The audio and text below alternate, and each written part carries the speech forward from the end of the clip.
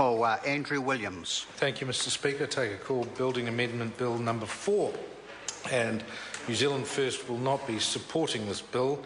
We have grave concerns about aspects of it. In keeping with the long-held history of the national government, not only in this term of government but back in the 90s, of creating the leaky building syndrome. And we are, as a nation, still suffering from the change in legislation that the national government brought about in the 90s that now sees this country in for $20 billion plus of leaky building repairs because of changes to the building code back there. And here we are now seeing the 2013 version of the same, which could well result in the same. And when you look at the Building Amendment Bill number 4, and when you see what is exempted in terms of building work and what will not require any consent in the future, it is a little bit daunting in terms of what could be the situation if you jump ahead another 10, 15, 20 years and imagine the next group of MPs sitting in this House when we are all well gone, well, maybe not all of us, but most of us will be well gone, looking back and say, how did they in 2013 allow that to happen? Why didn't they learn from the mid-90s when they created the leaky building syndrome situation? And when you look at the exemption work, it includes exempted are single-storey detached buildings not exceeding 10 square metres in floor area. Don't need a consent. Well, Mr Speaker, in many parts of Auckland at the present time, where there's great pressure on housing and people living in garages, caravans and all sorts of things, a 10 square metre building can actually be an outhouse, can actually be dwelt in, can be used as something that can be attached to a home out on the back lawn, but in this legislation can actually be put up with no consent whatsoever.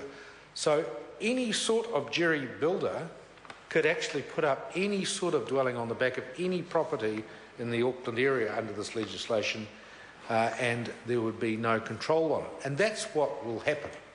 That's what will happen. And under the current plans, district plans that are in existence under the legacy councils, this sort of thing was not permitted to occur because I certainly know from the North Shore perspective, we did not want people putting up rabbit hutches on the backs of their properties and people living in all sorts of dwellings on the backs of properties to get around the building code. That's one of the things that this will happen. Certainly in a place like Auckland, that's what will happen. Also exempted are things like pergolas are exempted. Now, a pergola is a structure, and a pergola, if it's not built correctly, can be very dangerous, and they can fall down. Under this, building work in connection with a pergola is exempt. So basically, again, any jerry builder could put up a pergola, only to find that with a group underneath that pergola or things hanging from it or things on top of it, if it were to collapse, people could be injured. But under this, it's exempt. Repairs or replacement of outbuildings is exempt. Again, basically, a lot of people will be able to get around the law because they'll be able to say, oh, well, it was just an outbuilding and we were just sort of repairing and replacing it, so we didn't get a consent, and effectively rebuild the jolly thing without any consent. Now, in places like Birkenhead, Devonport, many heritage areas in the Auckland area, this is the sort of thing that goes on in terms of getting rid of heritage buildings. They basically leave one old window frame there and then rebuild the whole rest of it into some other sort of structure and get around the heritage issues in respect to that.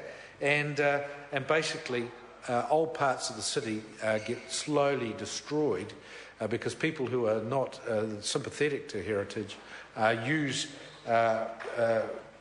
loopholes in the law such as this, that they're just repairing or replacing an outbuilding to actually get rid of an outbuilding which could well have heritage value. Also exempt are interior alterations to existing non-residential buildings. So again,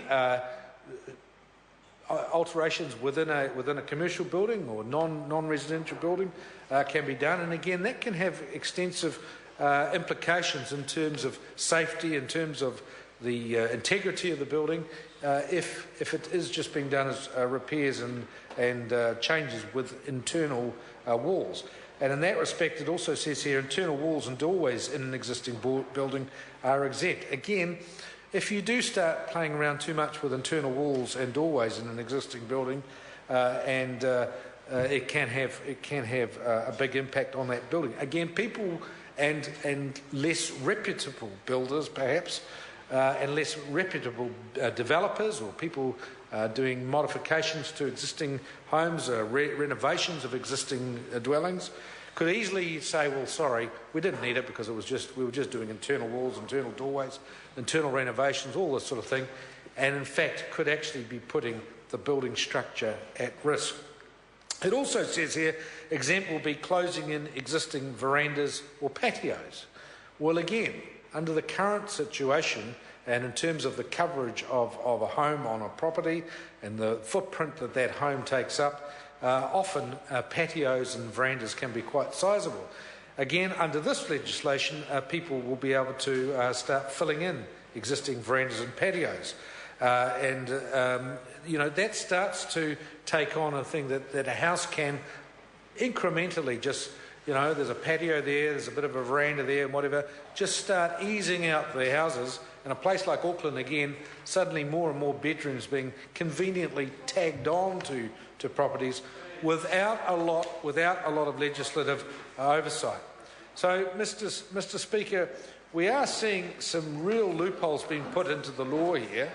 We are, for instance, carports. Carports will be exempt. Again, a carport is a decent-sized roof usually, and it's usually you know, of a reasonable substance. We're going to have another situation like with Cave Creek, where we have to have a carport falling down on somebody because it's been improperly constructed. For somebody to say, how did they ever, exempt carports from being in the legislation? You know, why didn't they require that these be checked by the appropriate authority to make sure that they were built? Many other structures are also the same through here.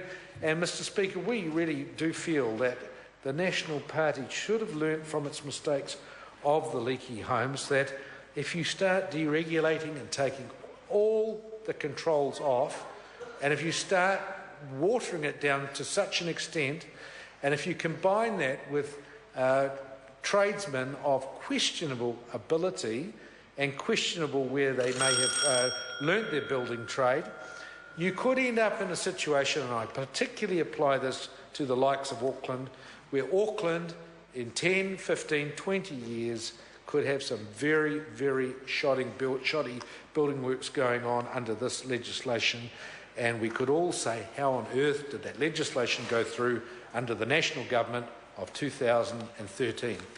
New Zealand First will not support that. Paul